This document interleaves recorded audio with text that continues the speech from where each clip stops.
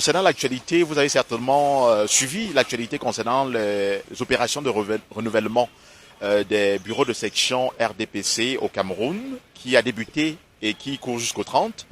Les votes ont été maillés de beaucoup de violences, notamment à Bembis. La résidence sous-préfet a été incendiée, abagantée. Il y a eu également des violences, notamment sur la maison du parti. Le matériel électoral a été vandalisé. Bien d'autres violences de part et d'autre. Dites-nous, est-ce que d'après vous, la justice camerounaise va se saisir de cette affaire, c'est-à-dire punir les personnes coupables? Oui, avec une justice qui est aux ordres, vous pouvez vous attendre de quoi? Vous ne pouvez pas, la justice, on n'est pas sûr. Et je ne suis même pas sûr que la justice camerounaise peut s'engager à vouloir rendre justice. Non, normalement, la justice doit se saisir de cette affaire, puisqu'il y a eu destruction des biens. Quand il y a destruction des biens, ce sont des infractions qui sont réprimandées par la loi. Alors, la justice doit se saisir de cette affaire. Effectivement, la justice doit être saisie. Pourquoi? Parce que nous sommes dans un état de droit où tout doit être un peu plus clair dans les yeux du monde. Parce que lors des élections, il est bien vrai que tout ne se passe pas de manière claire, mais nous devons être situés dans tout ce qui se passe dans notre pays. Oui. Je pense que c'est mon point de vue. Normalement, ça c'est le gaspillage. On ne peut pas... Les partis, ce n'est pas la guerre. Chacun doit choisir son parti. L'essentiel est que le pays s'avance. Quand il faut brûler les biens publics, ça ne vaut pas la peine. La justice doit les vraiment poursuivre sévèrement. Puisque ce n'est pas tout le monde qui doit faire l'amalgame de ce pays. On veut construire le pays, ça ne vaut pas la peine parce que tu es fâché de quelque chose, tu fais le gaspillage. Destruction des biens, ce n'est pas bien, il faut les poursuivre. Déjà pour une telle affaire, à mon humble avis, la justice devrait se saisir de toutes ces personnes qui vont à l'encontre des règles pour la bonne marche des élections. Je me dis, laissons les autorités faire leur travail. Peut-être ils sont lents à la réaction, mais on se dit d'ici peu, ils vont frapper la main sur la table. Puisqu'il y a eu des casses, il y a eu des violences.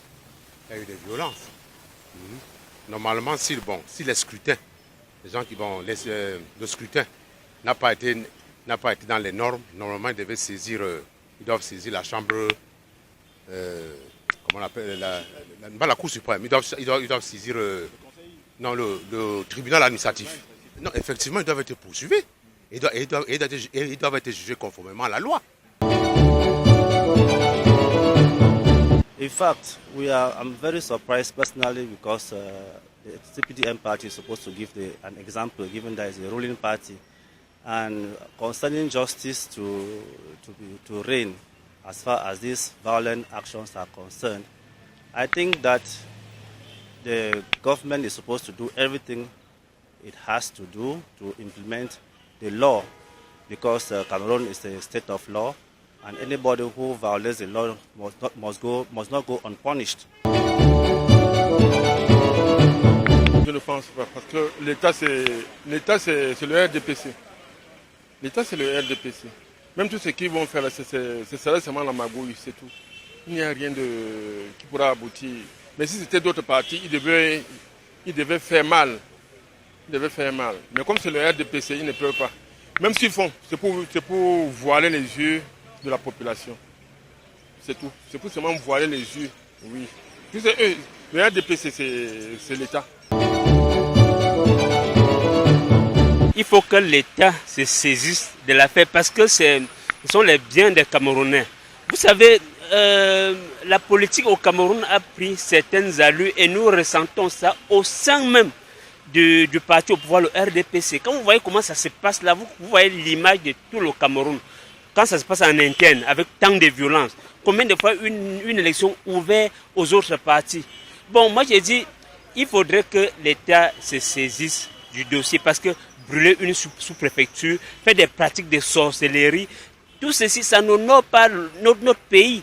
Alors, en tant que Camerounais, je me sens indigné. Je pense bien que la justice camerounaise devra normalement se saisir de cette affaire parce que nous voulons que les choses soient claires. C'est même pas normal que la résidence du sous-préfet soit violentée et que, et que les choses se passent de cette façon et qu'on n'ait même pas une solution à ce genre de problème. Ça veut dire que le pays, ça veut dire que nous sommes dans un pays où, n'est-ce pas, tout le monde se permet de faire n'importe quoi. La justice, nul n'est au-dessus de la loi. Nul n'est censé ignorer de même aussi la loi.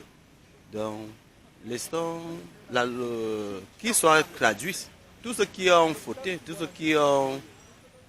ceux qui se prennent pour les hors de la loi, qu'ils soient vraiment présentés devant le juge et que le juge